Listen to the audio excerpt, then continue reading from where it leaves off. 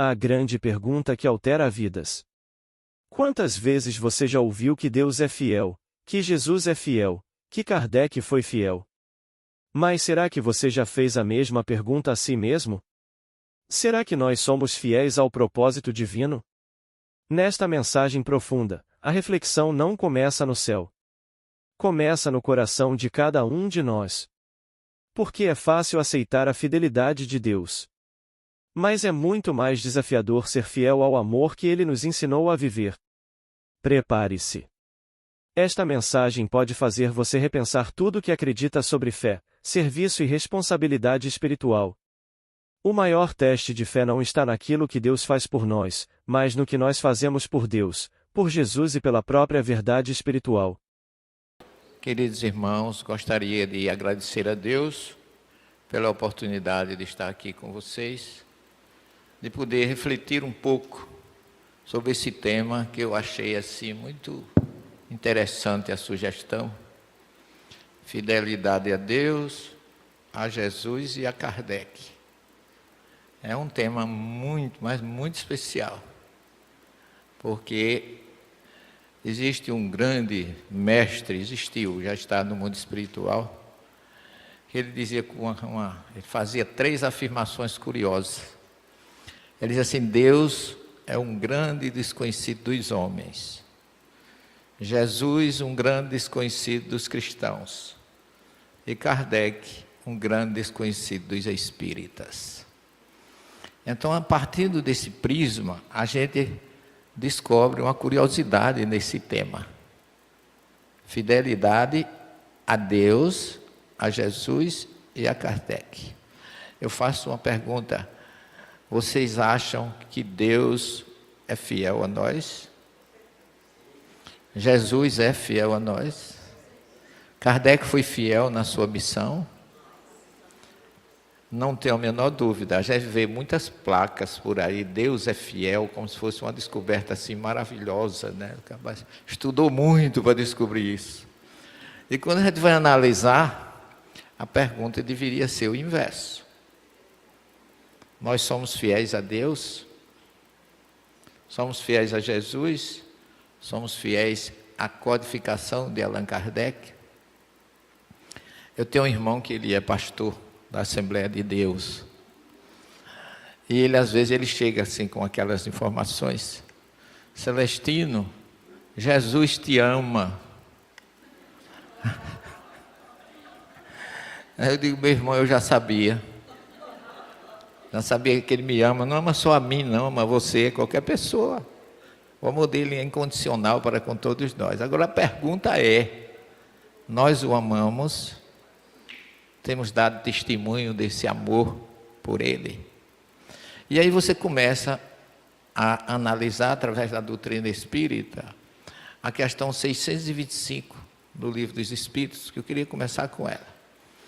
A questão 625 do Livro dos Espíritos, Kardec pergunta qual foi o maior modelo de pessoa, de espírito, que já habitou esse planeta. E a resposta é a menor resposta do Livro dos Espíritos: Jesus. Uma só palavra. Jesus é modelo e guia da humanidade. Por que é que ele é modelo e guia da humanidade?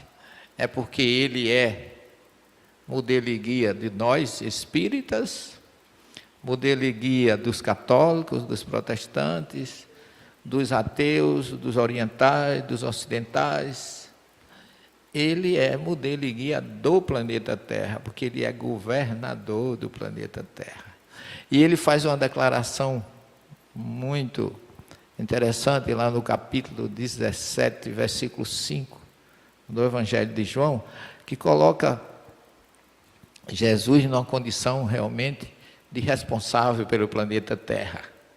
Quando ele, na sua última oração, no Monte das Oliveiras, ele faz, reunido Pedro e João, ele se afasta naquela pedra que a gente já visitou muitas vezes. Ele diz: Pai, chegou a minha hora. Honra teu filho com a honra que eu tinha quando eu me encontrava contigo antes da criação dos céus e da terra. O que demonstra que antes do planeta Terra ser criado, Jesus já estava com Deus. Ele já assumiu a responsabilidade com esse planeta. Assumiu perante Deus. E ele usa o verbo honrar. Ele não usa nem o verbo amar. Que segundo o Êxodo 20, o verbo amar é menor do que o verbo honrar.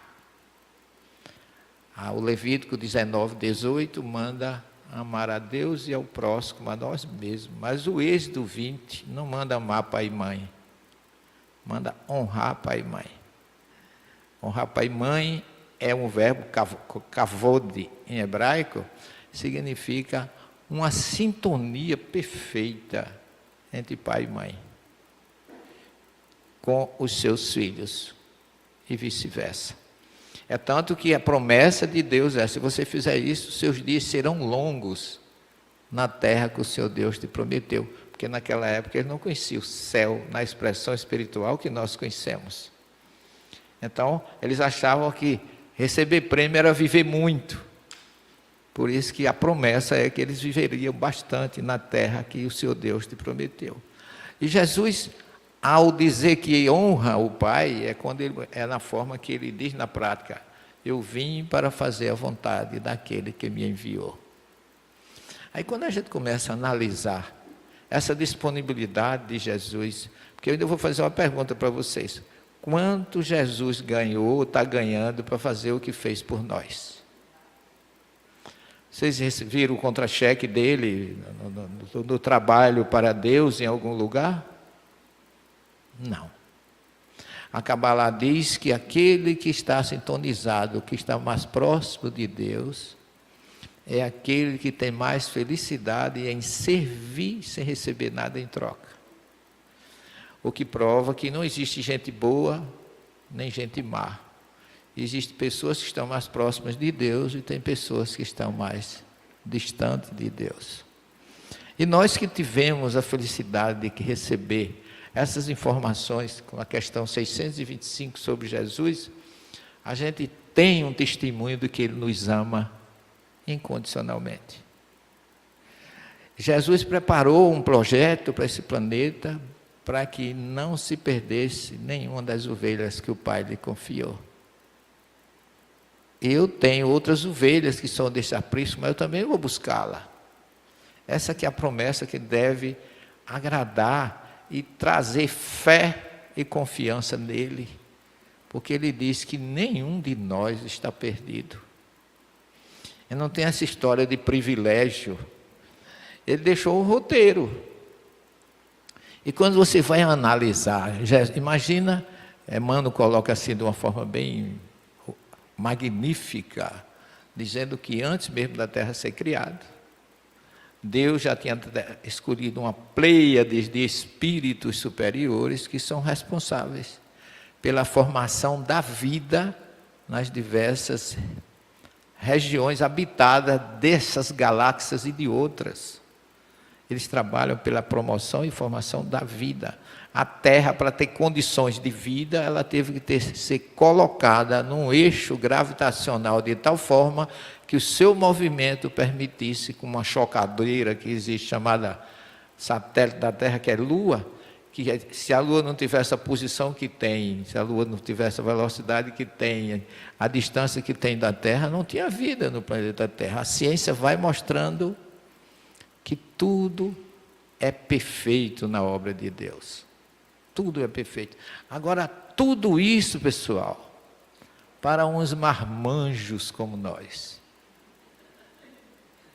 que a indiferença, a insensibilidade é muito grande para com Deus, para com Jesus, para com aqueles que Ele preparou com tanto carinho, o trabalho que teve para formar a vida.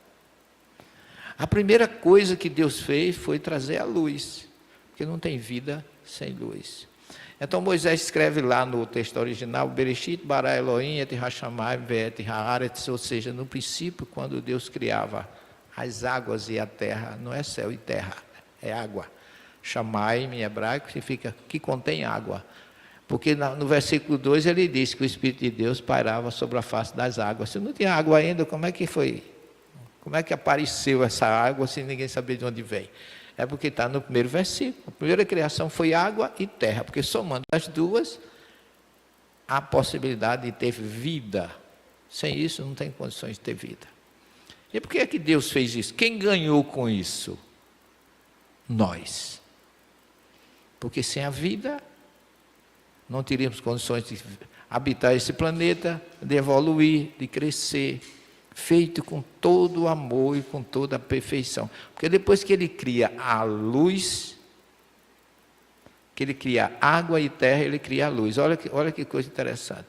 Água, terra, luz, fotossíntese, luz espiritual, perfeição. Aí com tudo isso você tem vida. Quer dizer, tudo que ele fez foi para que houvesse criação, para que nós tivéssemos condições de viver nesse planeta. E a perfeição é tamanha que, se você for estudar cientificamente, não poderia atipicamente haver vida nesse planeta.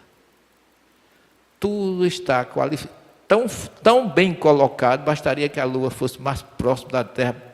Não precisa ser muitos quilômetros, as marés seriam tão altas que não havia vida no planeta. Que a velocidade da Terra, em vez de ser 340 metros por segundo, ela fosse mais. Não haveria vida na Terra. Porque a Terra tem uma velocidade que, se der uma freada, não fica ninguém em cima. E a gente não sente nada disso. Então, tudo é perfeito, tudo é feito por amor. Amor a quem? A nós. E a gente parece que merece mais do que isso. E a gente escuta às vezes uns irmãos mais entusiasmados dizendo assim: desafie Deus, desafie Jesus, ele tem a obrigação de cuidar de você. Deus precisa para a gente, para quê?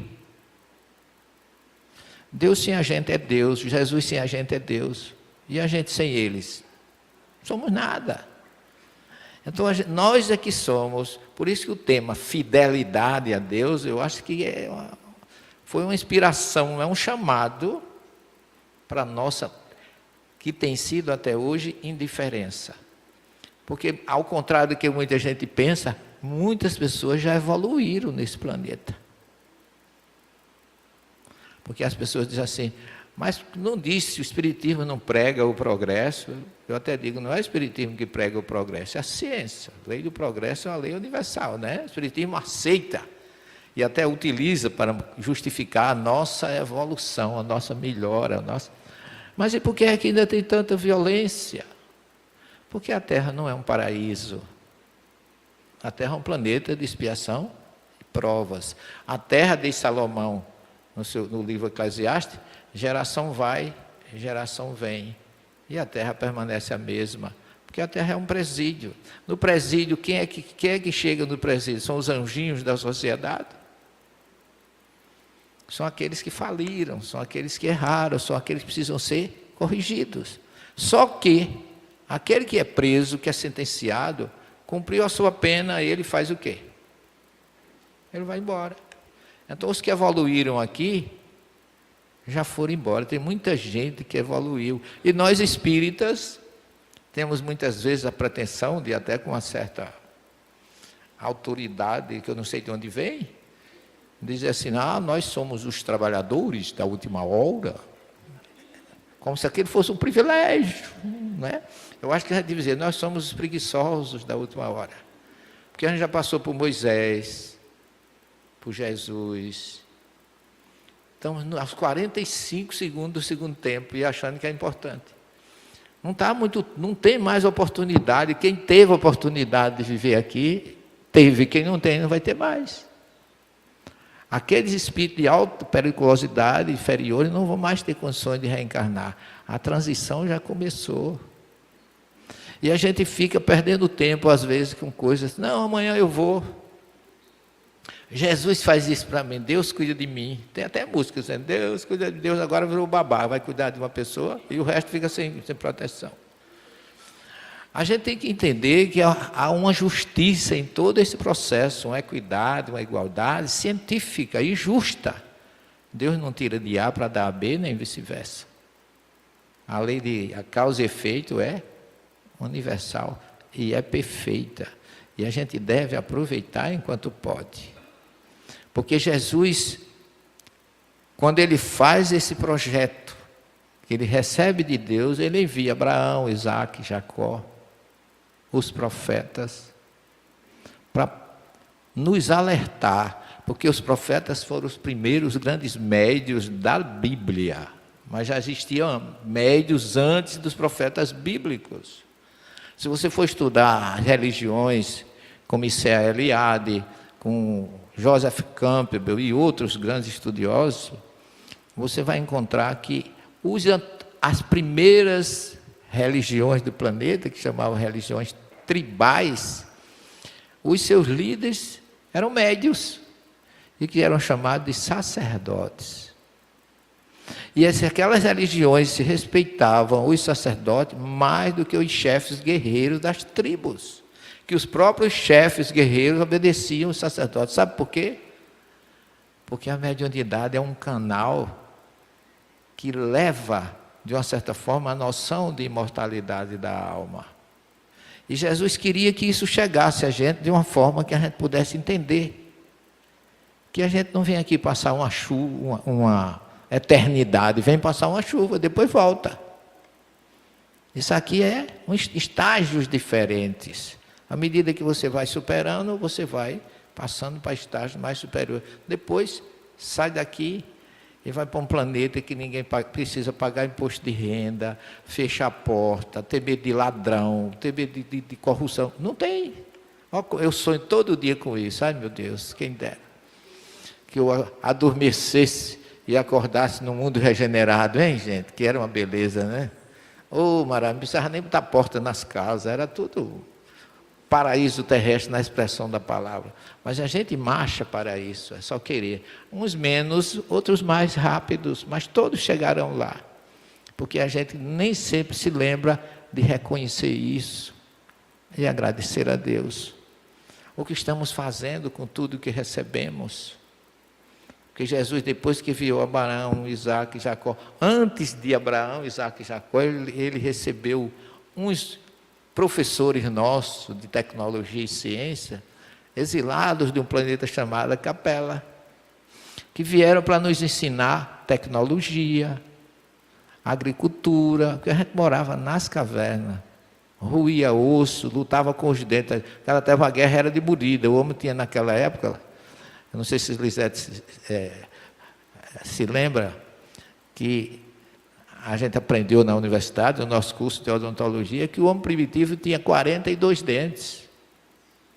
Porque usava muito a mandíbula, ele era bem desenvolvido para poder sobreviver. Vivia em caverna, tinha que lutar, tinha que fugir. E a guerra era em Mardina, era cada mordida, não tinha orelha de gente que escapasse. Né? E à medida que a tecnologia foi chegando, os capelinos foi ensinando, foi inventando o ralo, o moinho. Isso vem dos sumérios, dos babilônios, foram os primeiros povos que Jesus utilizou para, além dos sacerdotes tribais, nos trazer a noção de imortalidade da alma. A epopeia de Gilgamesh fala isso muito bem. A história de que ele não acreditava que ninguém morresse. Ele foi caçar com Enkidu, seu companheiro de caça, e o companheiro dele morreu durante a caça. Ele ficou apavorado e foi procurar a imortalidade. Foi Nafstim, seu mestre espiritual, que foi falar que o corpo morre, mas a gente pode continuar. E isso acresceu com a chegada dos egípcios, que aí sim, esse foi que incentivaram mais ainda. Emmanuel diz que as pirâmides nada mais são do que monumentos à imortalidade da alma, que os egípcios construíram para a sua crença num julgamento final, onde eles iriam ressuscitar no mundo espiritual. Quer dizer, a noção de reencarnação já estava ali, e que nós recebemos através do povo hebreu de lá. com o profeta Daniel. Então nós temos um recado imenso de informações que a gente tem que agradecer a Deus, porque tudo é milagre da vida. E Jesus mandou esse povo todinho e depois ainda mandou Moisés para libertar a escravidão. É aquela história todas que vocês conhecem, trazendo, como diz Emmanuel, das mãos dos emissários do Cristo. Moisés recebeu no Sinai os 10 mandamentos, o maior código de justiça e moral da humanidade. Ali está tudo. Se você olhar lá no diálogo de Jesus com o rico, lá no Evangelho, o que é que eu tenho que fazer? Quando Jesus diz, vende tudo que tem, dá aos pobres, que é o que te falta. Mas o que é que eu tenho que fazer? Não mate, não roube, não adultere. Jesus não usou nada do Evangelho, usou o que tinha na primeira revelação. Porque ainda não tinha chegado a sua mensagem que a gente conhece do Evangelho, que ele já veio trazer, sabe por quê? Por misericórdia, porque a gente não merecia, não. Porque ainda hoje nós estamos na terceira revelação. Quem é que cumpre a primeira? Não mate. Liga a televisão às 5 da tarde que o sangue vai escorrer pela tela. Não roube. Ninguém fala mais de roubo pequeno, não. Ladrão de galinha saiu de moda. Né?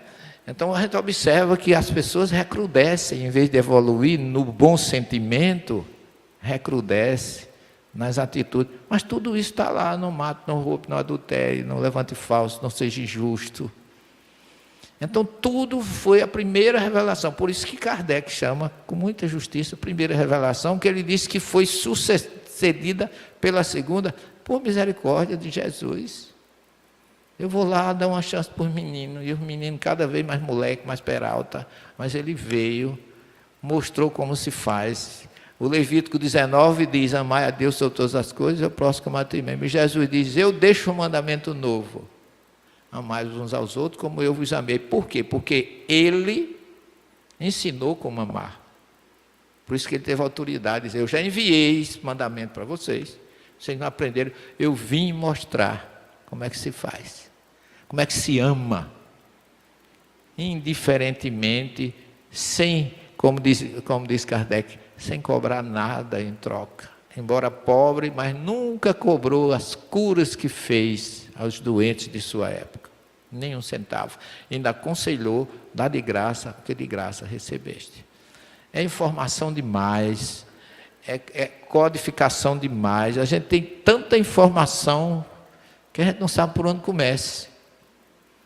Aí eu disse, comece por Moisés, foi o primeiro que Jesus mandou, porque depois do Evangelho, ele ainda por misericórdia, porque ele chegou no Evangelho riquíssimo. Eu vim para que todos tenham vidas. Olha, vida é uma palavra hebraica, haim, que é plural.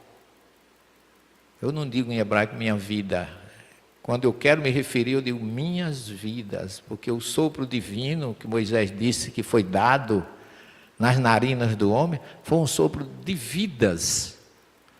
Nós somos imortais, por isso que a gente tem múltiplas passagens no corpo para evoluir e para crescer. E a gente, parece que Jesus não disse nada.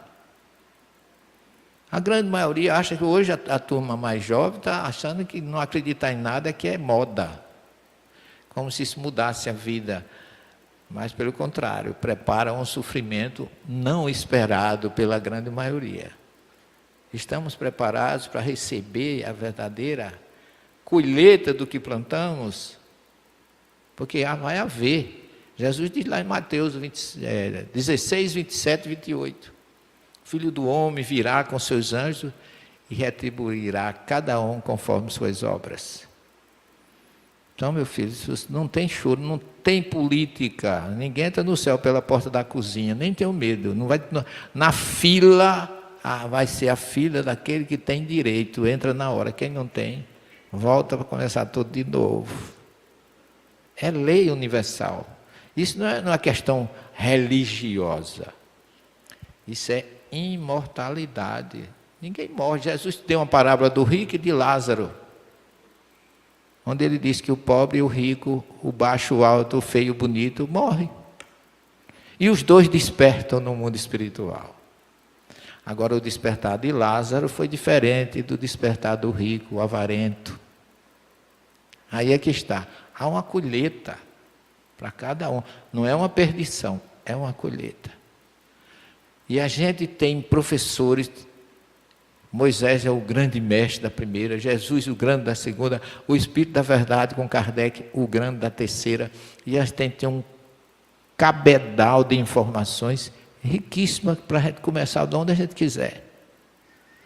Porque o espírita não tem desculpa. A questão 627 do Livro dos Espíritos diz assim: depois da revelação dos espíritos, ninguém pode pretextar a ignorância.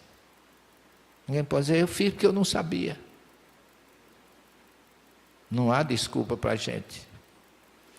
Lembre da parábola do rico e de Lázaro, que aquele rico ficou preocupado com a família e disse, deixa eu voltar, ir lá para avisar minha família, para eles também acontecerem comigo. E Abraão diz assim, eles têm Moisés e Elias e os profetas, que ouçam-nos. Depois que a gente escuta, não tem acordo. Eu dizia para os pastores lá no curso de Ciência das Religiões, quando eu falava de reencarnação, quando eu falava de algumas coisas que a gente tem como ciência, né? E a maioria não queria acreditar.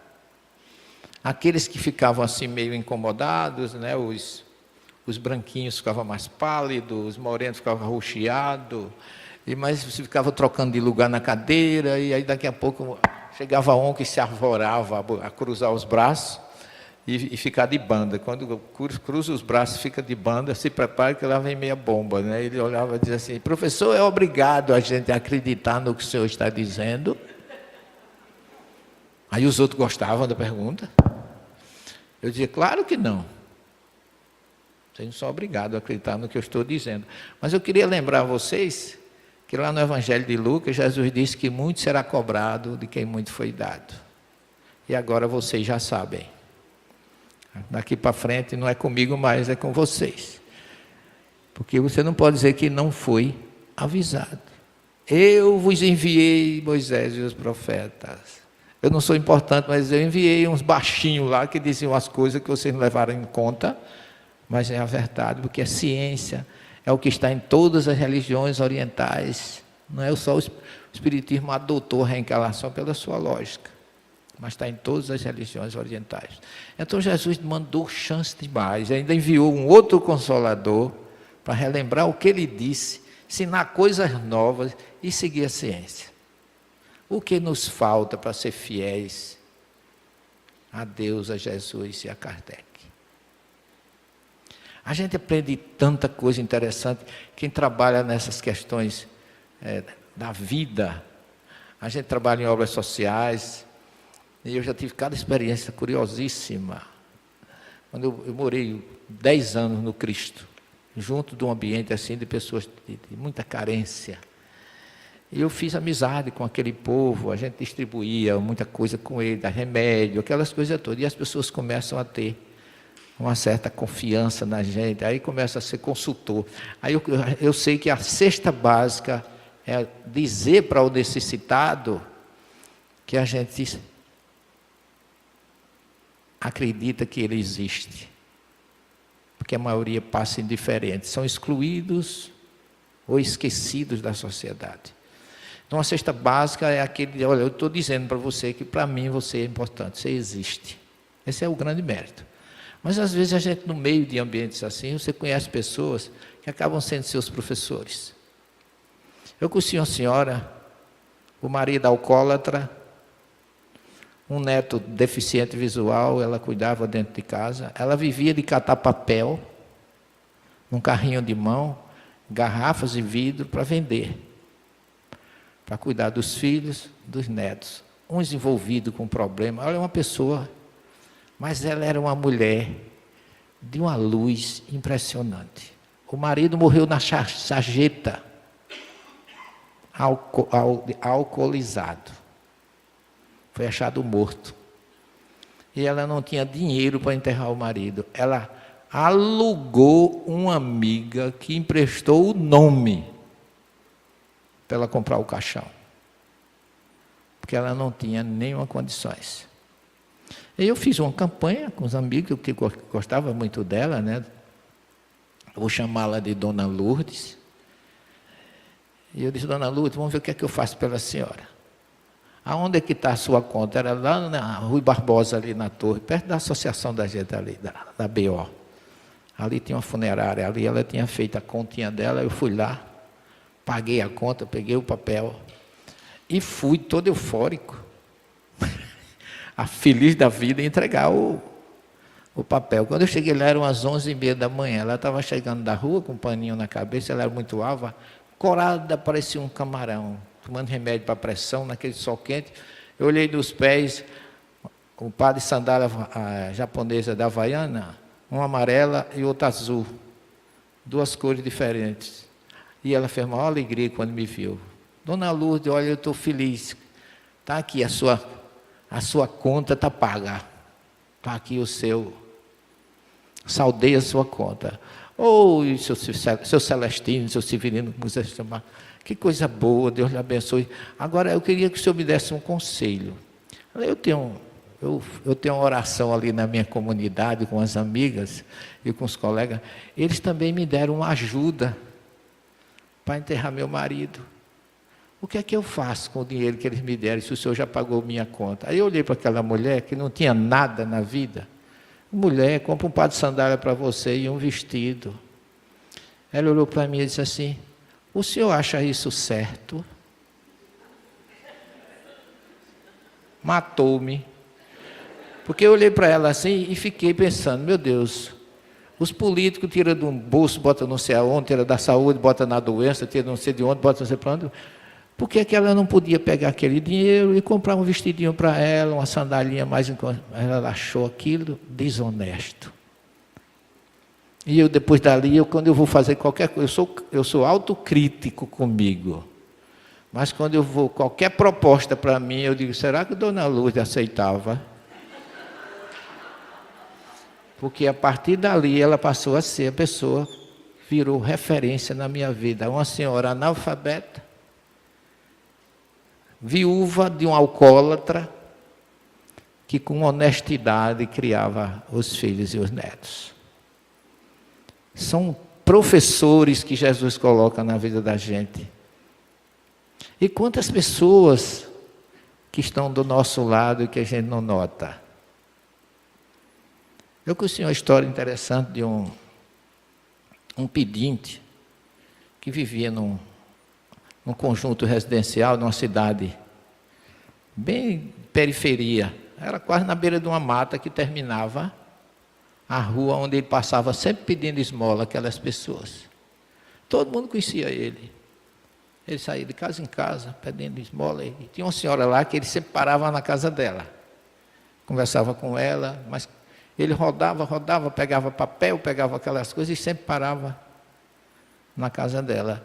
E depois de quando foi uma semana, passou um dia, ele não apareceu.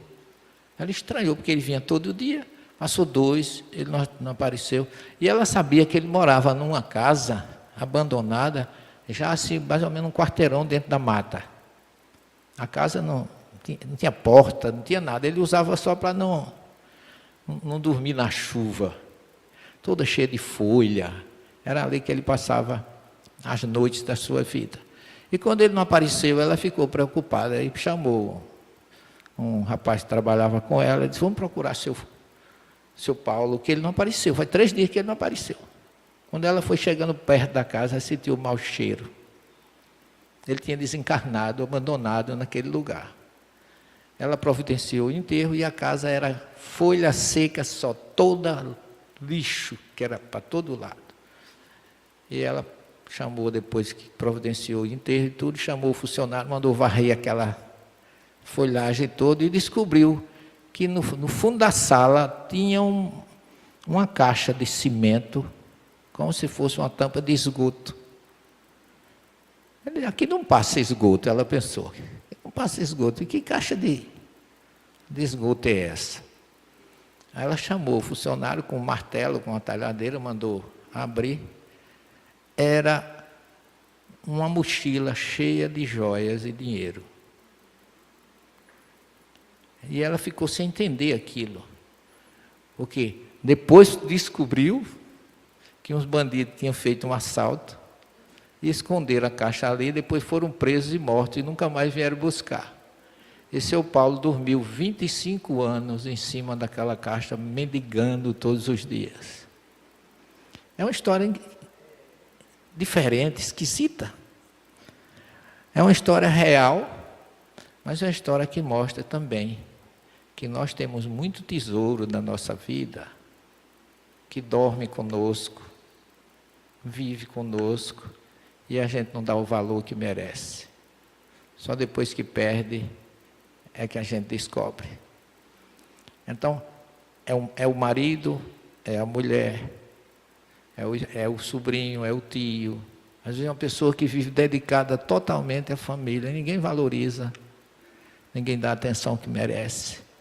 São pessoas, gente, colocadas na nossa vida para nos auxiliar. São os nossos professores diretos. A gente que conhece a reencarnação, a gente sabe que Jesus envia recados para a gente de todos os tipos. E em todos os momentos. Ninguém está aqui por acaso. Nem eu, nem vocês. Nós estamos em busca de alguma coisa. Está todo mundo lá fora. Nós temos, quando Deus criou o homem, lá no capítulo 3 do Gênesis, ele mostra que ele deu um paraíso, que é um símbolo para a gente, mas também o homem para evoluir tinha que ter conhecimento. E Deus criou lá no paraíso uma árvore chamada árvore do conhecimento do bem e do mal. Ele disse: não coma do fruto. Mas ali ele não estava proibindo, não. Ele estava despertando a curiosidade. Porque se ele não quisesse que o homem, que Adão e Eva comessem do fruto daquela árvore, por que Deus não tinha feito uma árvore com 50 metros, com um fruto que não caísse? Ele podia. Ele usou aquela técnica da psicologia, que você pega um menino com 5 ou 6 anos, louco por chocolate. Aí você diz: Paulinho, mamãe vai sair. Olha, você pode brincar aqui com todos esses brinquedos. Pega aqui o que você quiser. Agora, nesse chocolate, não me mexa. Olha, era melhor não guardar o chocolate, não dizer nada, era ou não era? Então, Adão e Eva foram despertos pela curiosidade. Não teve essa história de serpente que fala. Hoje, nós estamos em pleno século XXI. Se entrasse uma jiboia aqui e dissesse boa noite, não ficava ninguém aqui. Mas a serpente falava com Eva como se fosse uma outra coisa. Oi, neguinha, como vai? Tudo bem? E Adão, compadre Adão, como é que vai? Ele saiu de manhã, resolveu um negócio aí, Adão anda tão distraído. Uma coisa assim tão comum que não dá para caber. Mas lá no curso de Ciência das Religiões, tinha umas pastoras que eu gostava muito delas. Elas tinham umas coisas, elas não queriam saber que ela chamava, dessas coisas que eu me envolvia, né? Mas uma noite elas ligaram para mim, começou a conversar, elas começou a falar da Bíblia no sentido de Adão e Eva, né? Aí ele disse assim: professor, o senhor sabia que a cobra que andou Adão e Eva tinha 4 patas? Eu digo: como é, minha filha? A cobra que enganou Adão e Eva, ela tinha 4 patas. Eu digo: olha, querida, se tinha 4 patas, era jacaré, jabuti, qualquer outra coisa, menos cobra, porque a cobra que eu conheço não tem perna nenhuma, nunca teve, né? Mas as pessoas chegam ao ponto de acreditar nessas coisas como se fosse algo perfeito. Mas quando Deus nos deu o livre-arbítrio, pessoal, criou aquela situação, segundo narra Moisés, ninguém narrou melhor do que Moisés, todo mundo aceita como ele narrou. Mas quando ele criou aquela serpente simbolicamente, ele quis dar a gente o direito do conhecimento do bem e do mal. A palavra nahash, em hebraico, que serpente, ela tem o mesmo valor numérico que nahash é serpente, mas tem o mesmo valor numérico da palavra Hamashia, que é Messias. Então a serpente é a consciência messiânica entrando em nossa existência pelo conhecimento do certo e do errado. Então, quando você vai estudar esses textos no nível realmente mais profundo, você descobre a perfeição. Não tem erro nenhum na criação. Não tem nada de maravilhoso nem de sobrenatural. Quando Ele nos deu a condição de escolher, porque a gente tem direito de optar, mas a opção feita não tem mais retorno. Depois que você semeou, jogou o bumerangue, meu filho, ele vai voltar. Por isso pense, conte de 1 até 10, para poder não escorregar. E uma coisa que a gente... Olha ali, ó. Essa frase de Paulo. Paulo é um enviado de Jesus.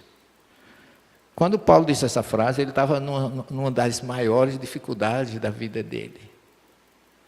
Que Jesus teve um projeto espiritual também perfeito, para deixar essa mensagem para nós do cristianismo redivivo e revelado. Mas Jesus escolheu por sabedoria um grupo de 12. Mas 80% era analfabeto. Começa por aí. Não tem problema nenhum, analfabeto já pode ter evoluído em outras encarnações. Chico Xavier só tinha o primário e era um filósofo, não é? Mas Jesus precisava de alguém que levasse a mensagem do cristianismo para o mundo. Porque ele tinha dificuldade. Ele, na verdade, ele não teve muita dificuldade naquela região da Galileia, Judeia, Samaria, aquela região da Palestina antiga, porque não tinha rádio, televisão, jornal. Mas Jesus, quando ele fazia uma cura que chamava atenção, ele chamava uma mulher, ele dizia assim: olha, não conte para ninguém o que você viu. Meia hora depois, a Baixa Galileia, a Alta Galileia, a Samaria, a Judeia, já sabia. Você, não, nada pessoal, eu gosto, as meninas são inteligentes, Jesus sabia como usar a inteligência dele. E eu não estou exagerando não, observe, leiam a ressurreição. Pronto, vá lá na ressurreição, lá em Mateus, já no último capítulo, quando Madalena chega no túmulo, que encontra Jesus, ressuscitado. Quando ela viu que era Jesus, Jesus disse assim: vai e conta aos meus discípulos o que tu viste e o que tu ouviste. Mateus diz, ela foi correndo, ela não foi, ela chegou lá com a língua arrastando no chão, para levar a notícia. Então eu não estou exagerando nada, né? Mas Jesus precisava de alguém que não era mulher, para levar a mensagem para o planeta. Escolheu Paulo de Tarso. Por que Paulo de Tarso? Na hora que Jesus disse para Ananias, vai à rua direita encontrar Saulo, para atendê-lo e curá-lo, Ananias se apavorou, porque Saulo era um perseguidor implacável. Mas Saulo era aquele impetuoso, intrépido, cheio de garra e disposição para defender a lei judaica. Ele não estava preparado. E por conta disso ele começou a perder na sua vida, que perdeu a sua amada, acabou sendo envolvido no assassinato do cunhado, tudo por causa de Jesus. Então ele entrou, disse: eu vou agora acabar com esse pessoal. E foi a Damasco para prender Ananias, que era o representante do cristianismo lá. Mas quando ele vai com a cabeça fervendo, aquilo era um gesto de vingança para acabar, dizimar qualquer seguidor de Jesus. Mas imagina a cabeça de Paulo como ia. O amor da vida dele acabara de morrer, que ele foi buscar consolo. O cunhado, ele descobre na hora da morte que foi ele que participou do apedrejamento de Estevão.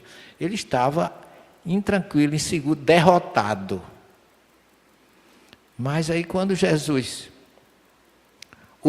chega na estrada de Damasco, aquela luz espiritual que desperta Saulo, que ele olhou assim, que ele ficou cego: Senhor, quem és tu, Senhor? Eu sou Jesus a quem tu persegues.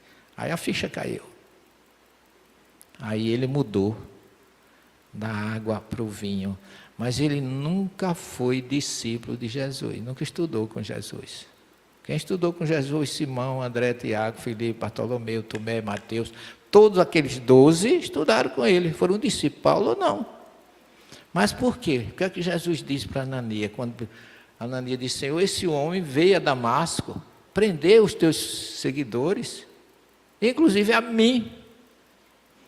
Aí Jesus diz assim, Ananias, esse homem é um cli, para mim ele é um cli. Cli é um instrumento do alto. Ele foi escolhido pelo próprio Deus. Tudo o que aconteceu estava no projeto de Jesus para sensibilizar aquele homem, porque aquele homem tinha duas qualidades que Jesus precisava.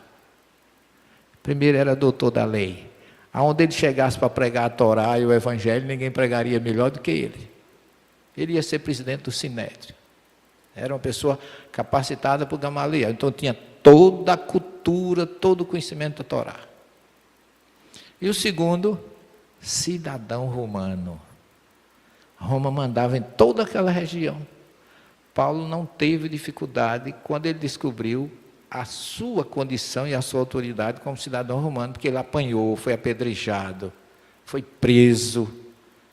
Mas no dia que ele viu, ele já tinha 9 surras de vara, Paulo levou gente para seguir Jesus. E eu fico vendo quando as pessoas dizem assim, homem, desafie Jesus, ele tem a obrigação de lhe ajudar. Eu já vi muitos pregadores com o Evangelho, com a Bíblia aberta, dizendo isso, Jesus tem a obrigação de lhe ajudar. E eu digo, pelo amor de Deus, Jesus é agora o guarda-costas desse rapaz. E algumas vezes tem alguns espíritos cá para nós, que ninguém nos escuta, está gravando, mas eu vou ter que dizer. Alguns espíritos que ligam para mim e dizem assim, professor, eu amanhã não vou poder ir ao centro, que eu vou viajar quarta-feira.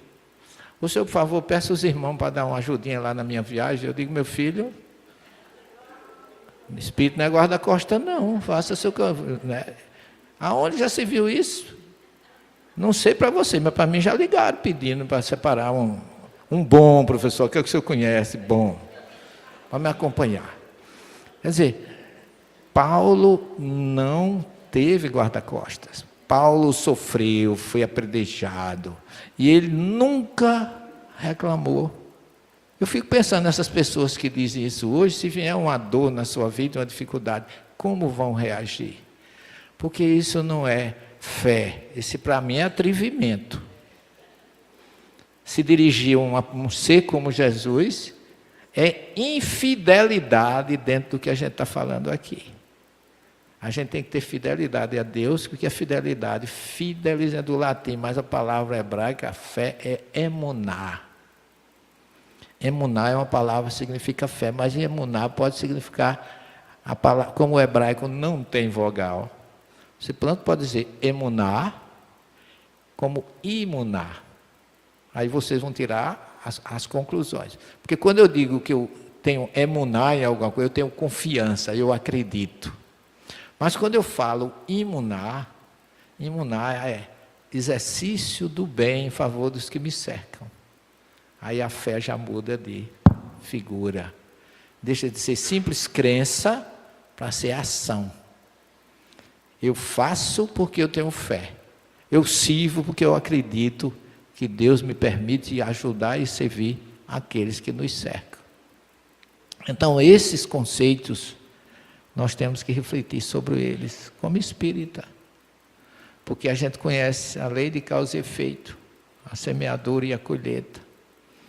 A gente conhece através da reencarnação que tudo que Deus permite, porque os Espíritos dizem que a primeira letra do verbo divino é amor, a segunda do alfabeto divino é reencarnação. A reencarnação nivela tudo, gente. O rico de ontem é o pobre de hoje, e vice-versa, mesmo do ponto de vista material. Porque o rico espiritualmente nunca mais vai ser pobre. Chico Xavier dizia assim, eu conheço muita gente muito rico, com muito dinheiro, mas é tão pobre. porque é escravo do dinheiro. Jesus nunca condenou a riqueza. Condenou aqueles que se tornam escravos da sua riqueza. Feliz o homem que não põe esperança no dinheiro, que acumula tesouros do lado de lá, onde a traça não corrói e a ferrugem não destrói.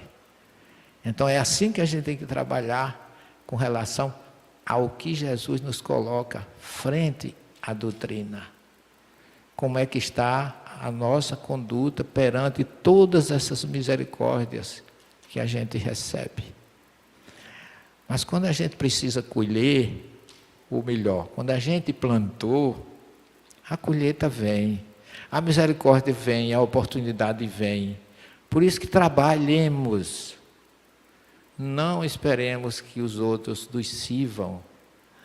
Jesus, na última noite, na última festa da sua vida, festa que comemorava a libertação do povo hebreu da escravidão do Egito, ele lava os pés dos seus discípulos. Lavar os pés naquela época era um ato comum, porque Jesus não andava de carro que não tinha, de Uber que não tinha, moto também não tinha, ou era jumento ou a pé. Paulo caminhou 12.800 quilômetros a serviço do Cristo. Jesus caminhou naquela Samaria, Galiléia e Judéia, muitos, para lá e para cá, de norte a sul, várias viagens. E as estradas eram poeirentas, um deserto. As pessoas chegavam, onde chegava? Chegava com as chinelas empoeiradas. Quando a pecadora vai lavar os pés de Jesus com as lágrimas, enxugar com os cabelos, que o homem ignora, disse: irmão, eu cheguei aqui e tu não me desse água para lavar os pés. Porque não tem coisa melhor você chegar cansado, empoeirado, lavar os pés, botar os pés ali em cima de uma pedrinha ali e ficar só no aconchego esperando relaxar. Isso era comum. Mas quem fazia isso, aqueles que tinham condições, eram seus servos, seus escravos. Jesus não tinha servo. Mas ele mostrou, porque eles chegaram para a última ceia lá no cenáculo, Jesus viu que todo mundo estava com os pés empoeirados. Então ele foi lavar os pés. Pedro não quis aceitar, porque Pedro, ao contrário do que a gente pensa, Pedro era rico. Não era a sogra de Pedro que morava com ele, não. Aliás, não era Pedro que morava com a sogra, era a sogra que morava com ele. É tanto que quando Jesus a cura, ela vai servir à mesa. Fosse a dona da casa, ela tinha servas. Ela morava com Pedro. Não era Pedro que morava com ela. É tanto que quando Jesus quer lavar os pés de Pedro, ele não aceitou, porque ele tinha servos que faziam isso. Jesus disse: Pedro, que não aceitar isso, não terá parte comigo. Porque ele queria dar uma lição de humildade e de servidão. Porque ele disse que o que eu faço é para que vocês façam uns aos outros. Porque quem quiser ser o maior de todos, seja o seu servidor. Porque o Filho do Homem não veio para ser servido, mas para servir. Então a doutrina nos dá essa consciência com base no Evangelho. E dá muita chance também para aqueles que fracassaram, porque Deus é misericordioso.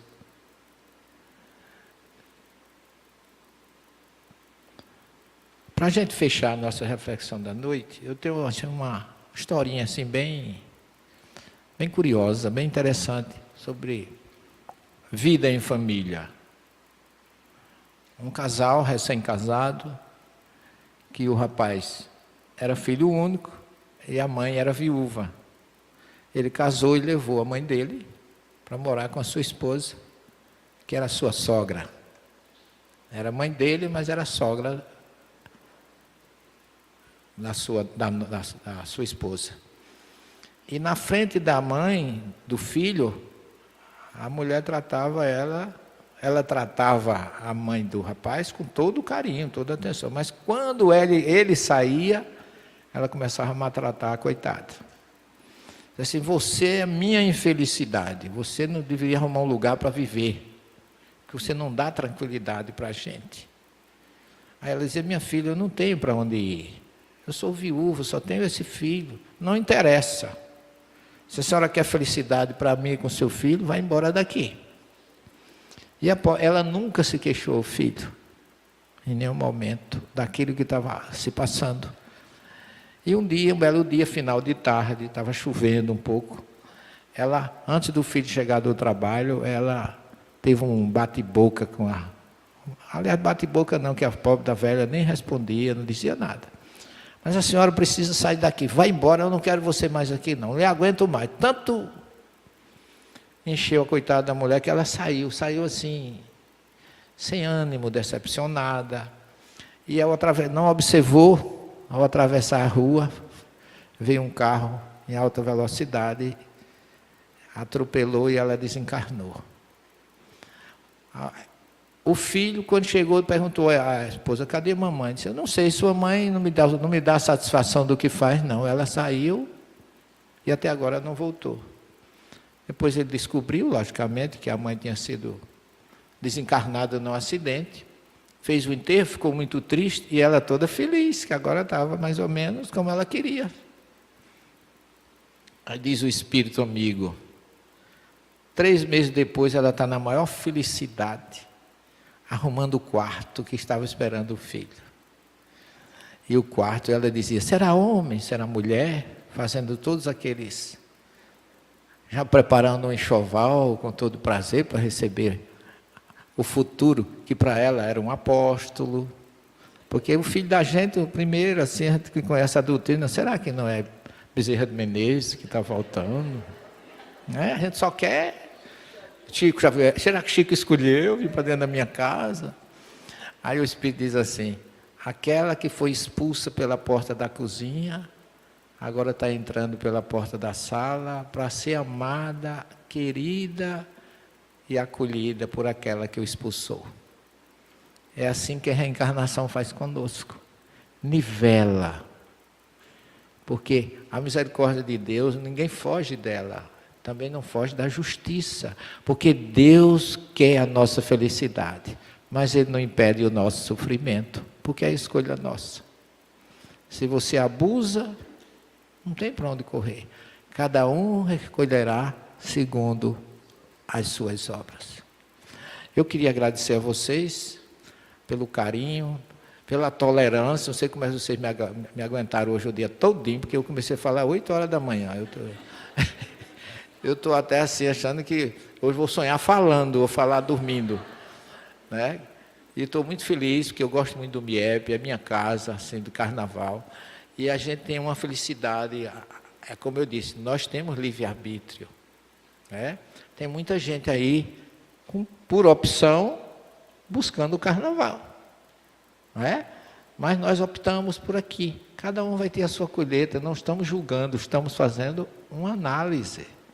Uma vez eu fui fazer uma palestra para jovem, o jovem é sempre muito impetuoso, e eu falando da necessidade da gente não se envolver com bebidas alcoólicas, com alguma coisa que possa prejudicar o organismo. E um jovem disse assim, professor, dá licença. Eu digo, pois não, meu filho. O senhor acha que tem alguma coisa demais de eu ir lá para a praia, lá para o Tambaú, para um restaurante daquele, ou para uma choparia daquela, tomar uma cerveja com um amigo? Eu digo, não tem nada demais. Não acho também que não tem nada demais. Agora, quando você senta para tomar uma cerveja com um amigo, numa loja, numa lanchonete ou num ambiente que você vai tomar um chopp, você acha que na mesa com você e seu amigo vai sentar Joana de Anjos, doutor Bezerra de Menezes, Chico Xavier? O problema não é você se divertir, é saber como se divertir. Porque nós somos antenas. Nossos pensamentos atraem os afins. Então, por isso, vigiai e orai. É a grande mensagem do Mestre Jesus. E por fidelidade a Ele, que é o governador do nosso planeta, a Deus e a Kardec, vamos ser mais fiéis e menos indiferentes. Um beijo para vocês, uma boa noite e até a próxima oportunidade. O despertar da responsabilidade espiritual. A mensagem final desta palestra não é sobre quem Deus é. Todo mundo sabe que Deus é fiel. A pergunta é: somos nós fiéis ao que Ele nos ensinou? Fidelidade é mais do que crença. É a ação. É transformar conhecimento em atitude. É não apenas dizer eu creio, mas provar isso nos atos, nas relações, no amor ao próximo, no serviço ao excluído, na justiça com o desamparado, no olhar respeitoso para quem muitas vezes ninguém vê. Jesus não veio para ser guardião do conforto humano. Ele veio para ensinar que servir é maior do que ser servido. Que a fé sem ação é como fogo que não aquece ninguém. E então, a grande reflexão. O que você tem feito com aquilo que recebeu? Como você tem vivido sua fé na prática? Sua vida é um testemunho de amor e fidelidade ou apenas uma coleção de crenças? Se essa mensagem tocou você, se fez você pensar sobre quem você tem sido, comente aqui o que você mais sente que precisa transformar. Compartilhe este vídeo com alguém que está buscando fazer a diferença. Inscreva-se no canal, porque essa jornada de consciência e transformação continua agora.